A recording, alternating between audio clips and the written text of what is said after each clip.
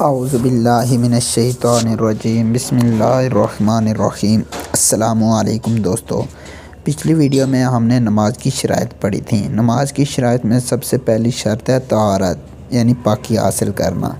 पाकी हम सबसे पहले गुस्ल से हासिल करते हैं। तो गुस्ल के 3 फ़राइज़ हैं।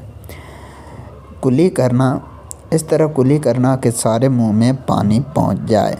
दूसरा है नाक में पानी डालना, जहां तक नाक नरम है, यानी नरम हड्डी तक पानी पहुंचाना।